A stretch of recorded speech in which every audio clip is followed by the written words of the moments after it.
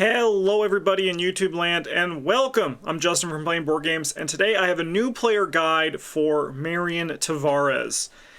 This is a deck that has been built with only the revised core and the Drowned City in mind. We are not going to be talking about ways to expand the deck from this. This is just to give like a very limited collection scope of Marion Tavares, why you would look at these cards, who Marion Tavares is, and just how to get like a handle on her to start playing her and building with her and expanding in your own collection from there. So, Marion Tavares is our Guardian Investigator from the Drowned City. She has 2 brain, 3 book, 4 fist, and 3 foot. So she has a pretty flexible stat line in terms of what she can do. She has moderate defensive stats in her brain and her foot, which means that the Mythos phase might potentially be scary for her. However, her ability is very strong to make up for that. She has 1 fewer hand slots, and as a reaction, after you play an event during your turn, draw 1 card. Then, you may play a different event limit once per round. This means that every time when you play your first event and trigger her ability during your turn, even if you do not play another event, that event replaces itself. This is really nice because it's a way to not necessarily... It's basically a way of card advantage and to not run out of the cards that you want to be playing. Because you are going to be very event heavy, we're going to be triggering this as much as we can, and card draw is going to be nice, especially for the times when we're going to be playing 2 cards with her ability, because that also feels really sweet, because that is compression of actions, which means that you're going to be more likely to get ahead of the game.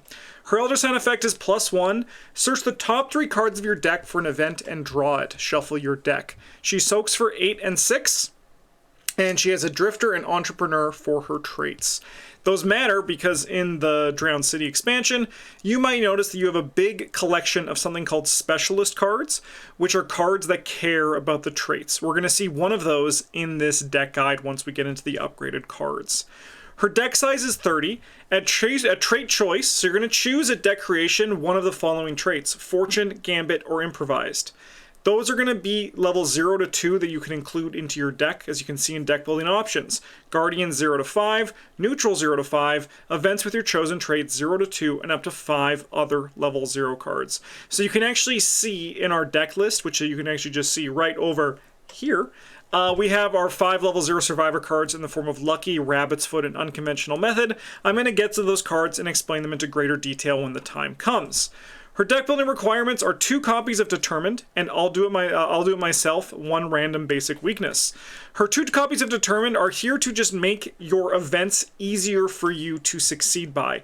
You only have 4 fists, which means that you might not be able to do well with all of your events. However, with that said, in this level 0 collection, at levels like level 0, we're not going to have many events that we're going to be playing and using to attack. However, as we upgrade, we are going to have a lot more options inside of our upgrade pool. I think there's a lot of nice pieces in the actual Drowned City expansion that Marion is able to take advantage of.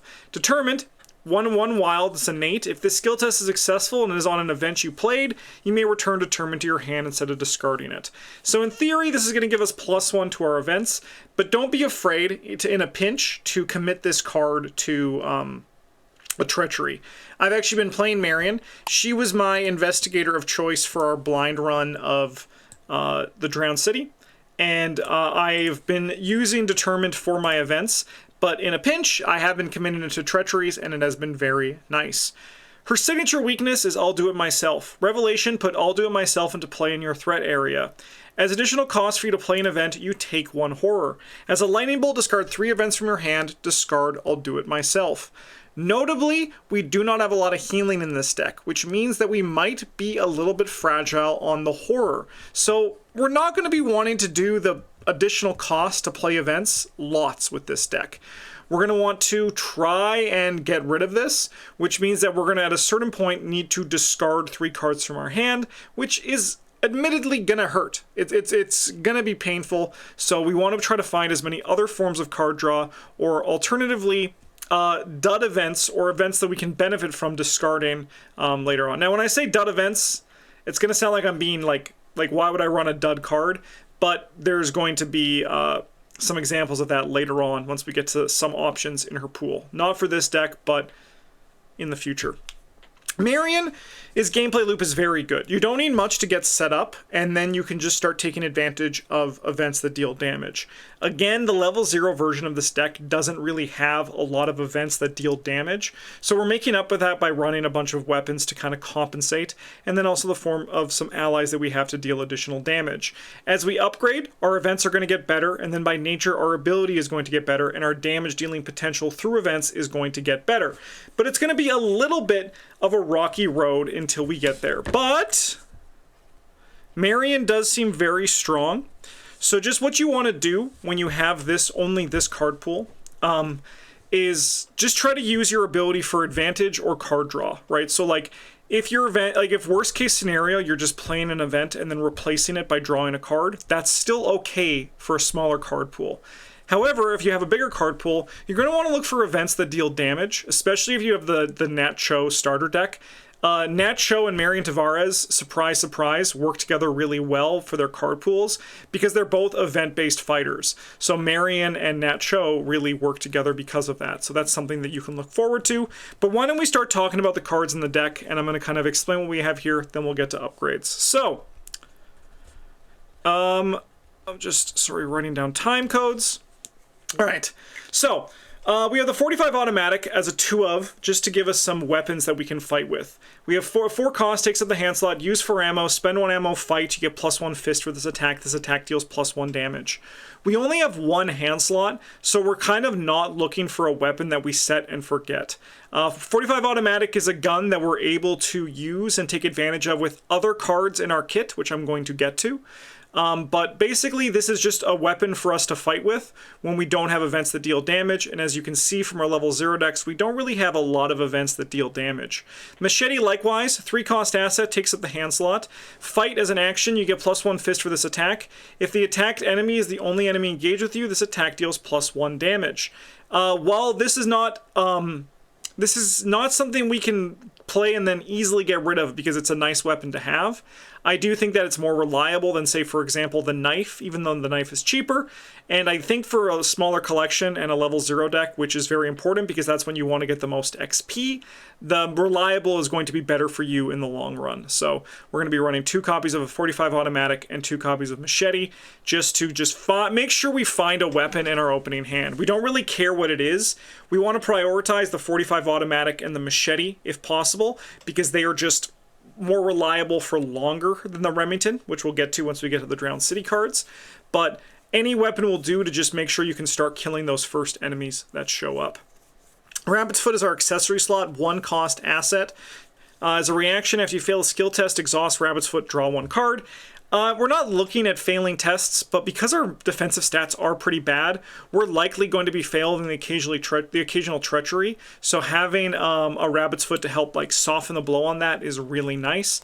Additionally, during downtime when there's not enemies to fight, because you're an event-based fighter and you have like your gun in play, it's unlikely you're going to need to do anything during your turn, so you're probably just going to be investigating, right? This is actually something that happened with me with my deck of Marion. I would look at my hand of cards and be like, there's nothing for me to do right now. I'll just throw some investigate actions on this. And having a Rabbit's Foot can help make those fails just kind of feel a bit better. So like best case, you get a clue. Worst case, you fail and draw a card.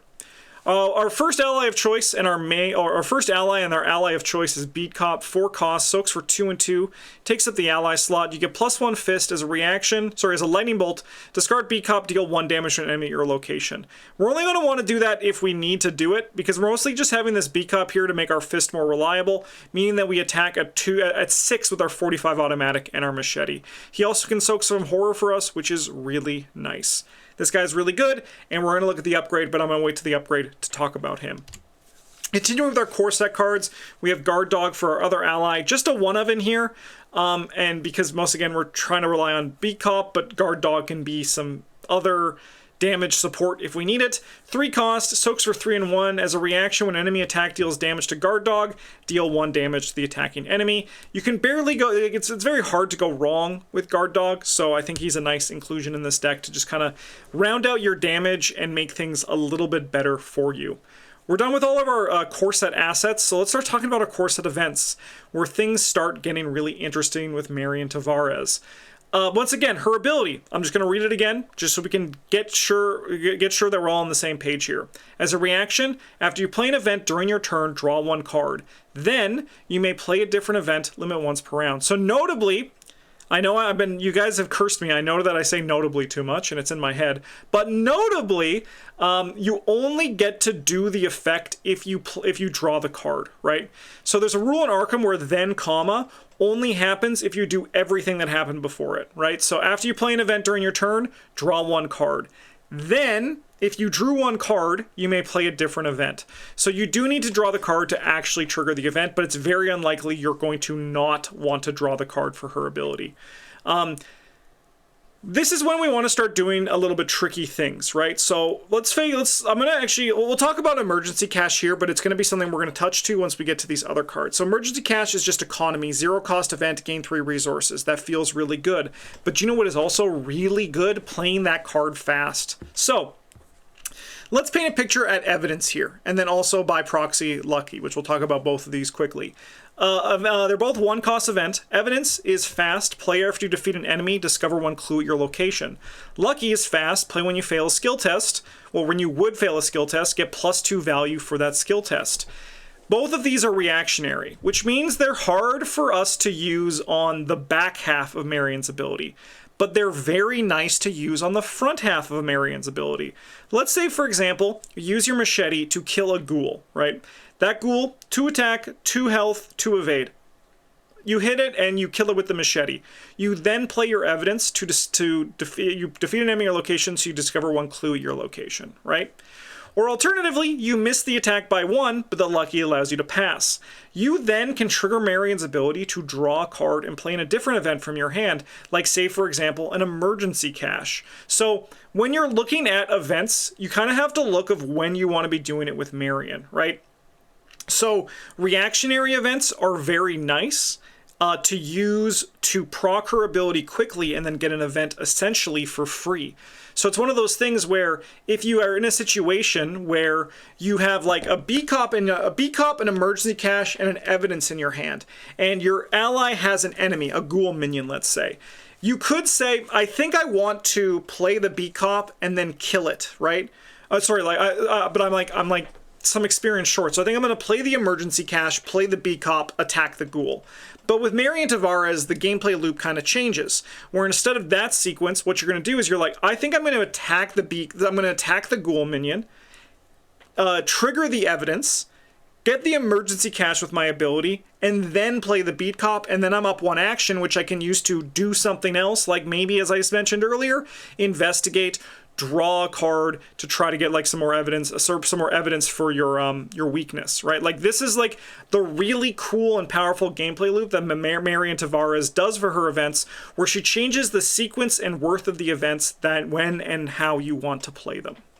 So just keep that in mind when you look at any event in your hand or in your collection when you're building Marion.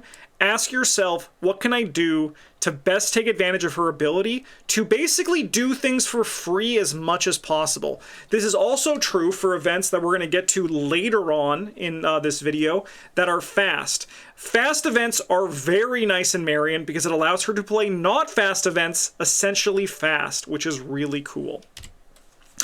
Our last batch here of the core set cards in this level 0 deck are Overpower, Unexpected Courage, and Vicious Blow. Overpower is just 2 fist icons, max 1 committed per skill test. If the test is successful, draw 1 card. It just rounds out your ability to succeed when you're fighting, and it's a very nice tool to have. It's also really important when you are using things like the 45 automatic and the Remington Model 1858 for your weapons, because what it does is allows you to not spend an ammo on a 3 health enemy, because each of these attacks deal 2 damage, but if an enemy has 3 health, you really don't want to be using your gun to deal that damage because you're going to waste a point of damage. So that's where Overpower on a basic fight action is really nice. Unexpected Courage is just 2 wild icons, max 1 committed per skill test. What's really nice about this card is we can use it for our brain and our foot. I opted for this over Manual Dexterity or Guts, just because I think it is a little bit more universal for her. Vicious Blow. it's just going to give us more damage. Commits for a fist. If this skill test is successful during an attack, this attack deals +1 damage. Like how I said for Overpower, this allows you to not waste damage and deal 3 damage if you're using your 45 automatic or Remington Model 1858, and luckily is always good when you're using the machete. On to our Drowned City cards. Luckily, they did pack in some nice events for us to take advantage of for Marion's ability. The first one is the last of our 6 weapons in our deck, the Remington Model 1858. This is takes up a hand slot, 3 cost, uses 2 ammo. As an action, spend 1 ammo, fight. You get +1 fist for this attack, and this attack deals +1 damage. As a reaction, when Remington Model 1858 leaves play, immediately trigger the above action ability, ignoring all costs. That means you get a free shot out of the Remington Model 1858 when it leaves play. This can leave play for a multitude of reasons. It can be discarded by a treachery effect. It can be replaced by another weapon. So let's say, for example, you play your 45 automatic into your Remington Model 1858. When that leaves play, because you have to choose what slot, like what card you want to keep in your hand slot, because you only have 1 hand slot, you can trigger your Remington Model 1858. And we might have ways also, coming up on the next slide, of how we're going to be discarding cards from play. We'll get to that. But yeah, the big downside for the Remington is that it only has 2 ammo. Like, it fires 3 times, but it only has 2 ammo. So we just have to be very aware of that when we're keeping it in our opening hand. That's why, like, you don't say no if you see it in your opening hand, but you're going to be wanting to find either another Remington or the 45 or the machete to replace it sooner rather than later. On to our events here from the Drowned City. We have Where's the Party? This is a 0-cost event. Parlay. Search the encounter deck and discard a pile for a non-elite enemy and spawn it exhausted and engaged with you. Draw cards equal to the enemy's combined damage and horror values. This is a really nice card because 1, it draws cards. 2, it's an event which Marion Tavares loves. And 3, it also activates our evidence, which we're going to be holding in hand likely. Maybe not, though, but it's like one of those things where it can also potentially give us an enemy to kill to trigger our evidence or other events that kill things. Also, you can use this card to fish out victory enemies from the deck, which is really nice because, as I mentioned earlier, this is a thing that you might not know as a new player, but the level 0 deck and the first scenario is very important because the more experience you get out of here, the better you do at the first scenario, the more likely you are to set up your deck for success in the future. As you see, this is the Improvise trait, which means Improvise is the trait I ended up choosing for this deck over Gambit and Fortune, and we're going to talk about other cards in those traits in this card pool later on in this video. Where's the Party again? This is like an active event, so you're going to be like actually like, you know, like doing something. You have to, it's not reactionary, you are like doing the effect, which means that you can then play something like Emergency Cash afterwards. Prime for Action is a 0-cost event. Play only as your first action. Play a firearm asset from your hand, reducing its cost by 2. Then, you may play an upgrade event from your hand, attaching it to that asset if able. Wow, the sun just went behind a cloud and this room became so much darker. Alright, so, do me a little favor and put your thumb over the bottom part of that card, which is then you may play an upgrade event from your hand, attaching it to that asset if able. We are not doing that in this deck. I don't even think we can do it in this collection. Instead, Prime for Action is here to just make our weapons cheaper and also be an event that we can then trigger something else off of. That's really the only reason it's here. So it's just like a way for us to reduce costs and then like have something to trigger while also having pretty okay symbols on it. A big downside of playing with a smaller collection or building with a smaller collection is that sometimes while a card might not be optimal, it's still good enough and you still might just have to make it work. But I think Marion has enough working with her to make it work. One thing to keep in mind for Primed in Action and also Ready for Anything, the next card I'm going to be talking about, you can only play this as your first action, which means you cannot use it to trigger the back half of Marion's ability, but you can use it to trigger the front half. Next up, we are Ready for Anything. This is a 1-cost Spirit Bold event. Play only as your first action, so likewise the prime for action, this is not a like the back half of Marion's ability, this will be the front half. Draw 1 card, draw 2 cards instead if you drew an enemy this round, then heal 1 horror. This action does not provoke attacks of opportunity. This Ready for Anything becomes a lot easier to play when you have events that deal damage, which we will potentially see some of in our XP pool here, but if you get a bigger collection and you have more things that deal damage, this is a fine option for card draw and also horror healing for Marion Tavares, because as I mentioned, she is a little bit fragile for that stuff. Last card here from Drowned City is something that I've been alluding to this whole video, a way to discard things from play. Unconventional Method is a 0-cost event. As initial cost to play Unconventional Method, choose and discard an item asset that takes up at least 1 hand slot from your hand or play area. Investigate. You get plus X book for this investigation, where X is the chosen asset's printed resource cost. If you succeed and that asset was in your play area, discover 1 additional clue your location. This is a way for us to get rid of the Remington Model 1858. If you like this over 2 Rabbit's Foot, I highly recommend it. The reason why Rabbit's Foot made the cut when I was building this deck is that Rabbit's Foot commits for 1 wild, which I viewed a little bit higher than the 2 book, but it's really, you know, dealer's choice. You can choose whichever one you like more. This one's really nice to combo with Where's the Party. Let's say, for example, your Remington Model 1858 was empty. You can use Where's the Party to grab an enemy, and then you can draw some cards from that enemy, and then with Marion's ability, you get to draw another card, and then play Unconventional Method, discarding the Remington Model 1858 to investigate that location, but also shoot that enemy that you found from Where's the Party. It's a very nice little piece of tech. All right. Going on to our XP cards, we are going to start by talking about the core set stuff here. There's not too much in the XP cards for core set that we can use, but there are a few goodies. Notably, B-Cop level 2, and now he has one more damage soak, and instead of discarding him to deal damage, we can exhaust him and deal a damage to B-Cop to deal 1 damage to enemy or location. This means that you have more options for just dealing ping damage, which is really nice and will make, honestly, the whole thing a lot smoother for you to go through and fight. Upgraded Emergency Cast is now 2 experience, and it also draws a card. I don't think this is a priority upgrade, but I do really like Emergency Cast level 2. I think it's personally the card that I view to be most underplayed in terms of the power that it has. And it's one of those things where it's just going to make the whole thing more consistent, and also works really nicely to just round out Marion Tavares' card draw. So eventually, like, your ability is not just getting even, your ability is also now getting you ahead, which is really nice. The last card here from the core set is Extra Ammunition. This is a 2-cost, 1 experience supply. Place 3 ammo tokens on a firearm asset controlled by an investigator at your location.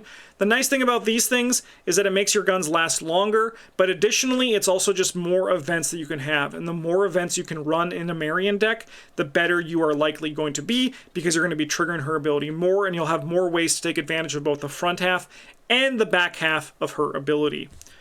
On to the Drowned City cards. There are some good things here because, wow, the designers are good designers and they know to support the investigator in the box. They've been doing that from the get-go, except for maybe Jim, and they've been doing that for a long time.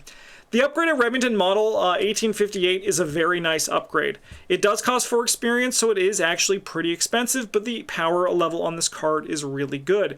It now comes in with 3 ammo, its icons that it commits for are better, and it gets +1 more fist when you attack. Additionally, and probably the most exciting thing, is that when it enters or leaves play, it triggers the ability, not just when it leaves play.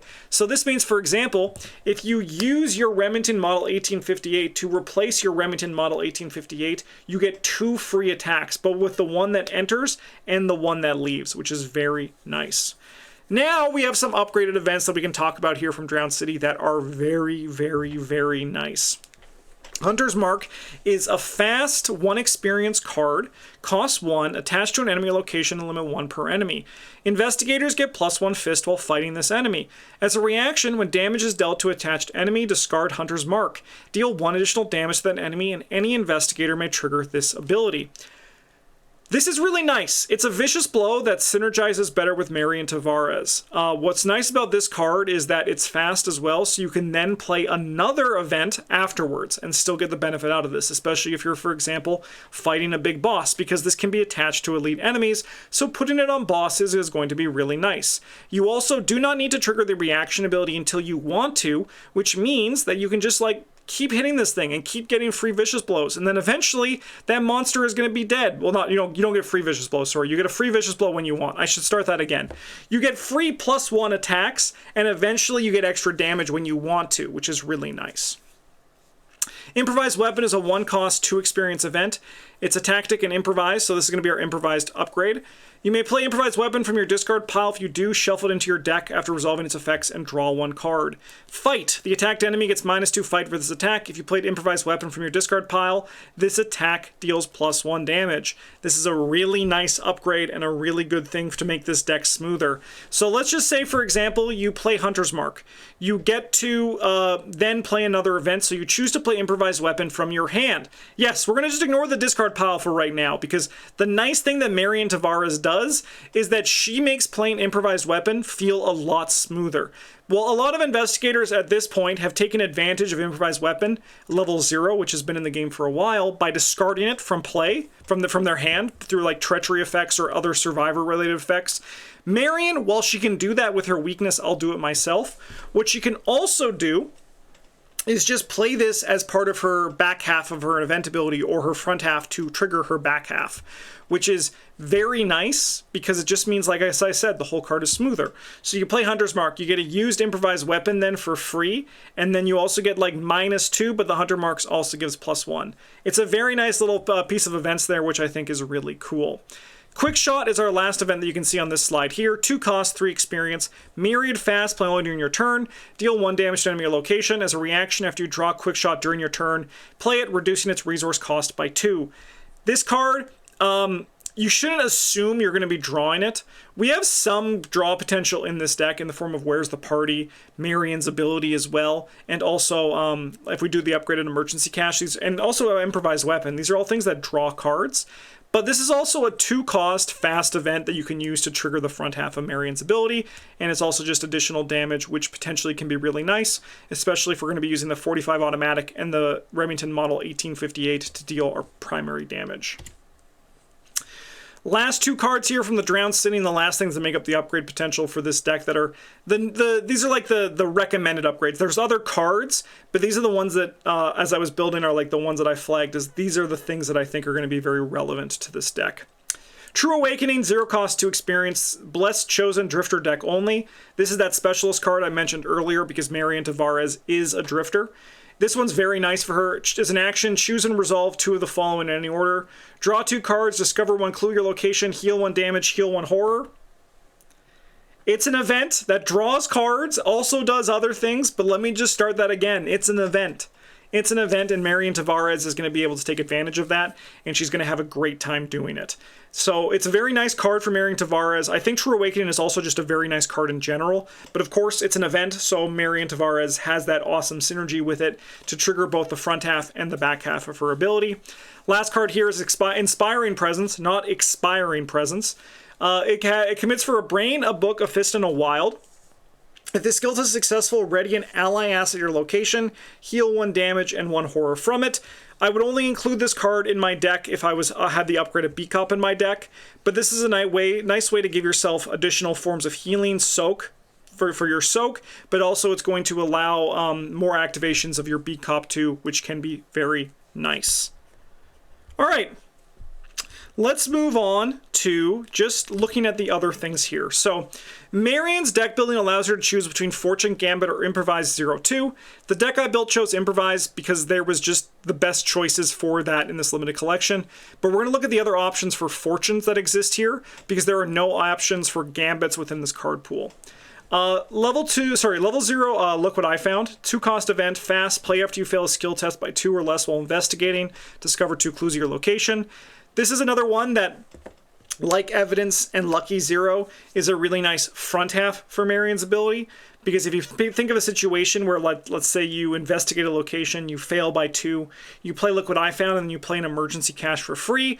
Again, that's that kind of like through line that I mentioned earlier, where the more you can save on actions, the better time you're going to have with Marion in the long run. We also have an upgraded Lucky, which now also replaces itself, so not a bad choice to consider. But she does have 2 really nice fortunes in the upgraded side of Drowned City if you do want to pursue this route instead.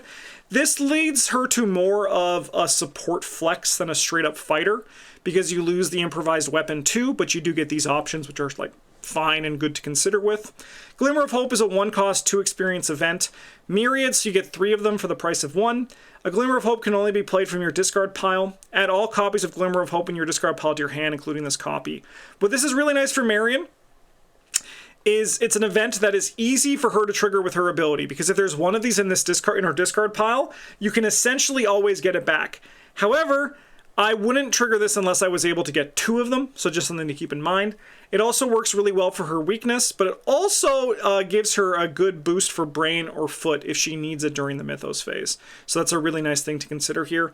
Additionally, we have Good Weather, 1 cost, 2 experience, Myriad fast play after the investigation phase begins, group limit 1 in play. Put Good Weather into play next to the agenda deck and choose a skill. While this card is in play, each investigator gets +2 to the chosen skill.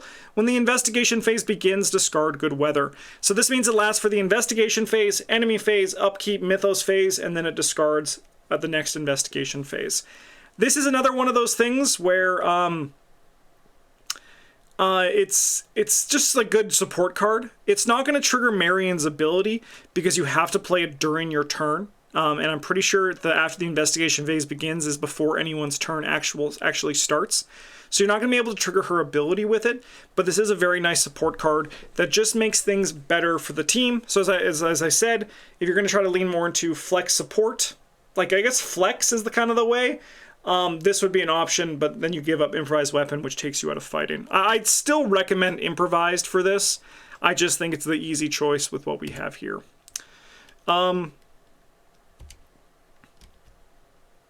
I had this slide in twice. Nice job. And that's Marion Tavares.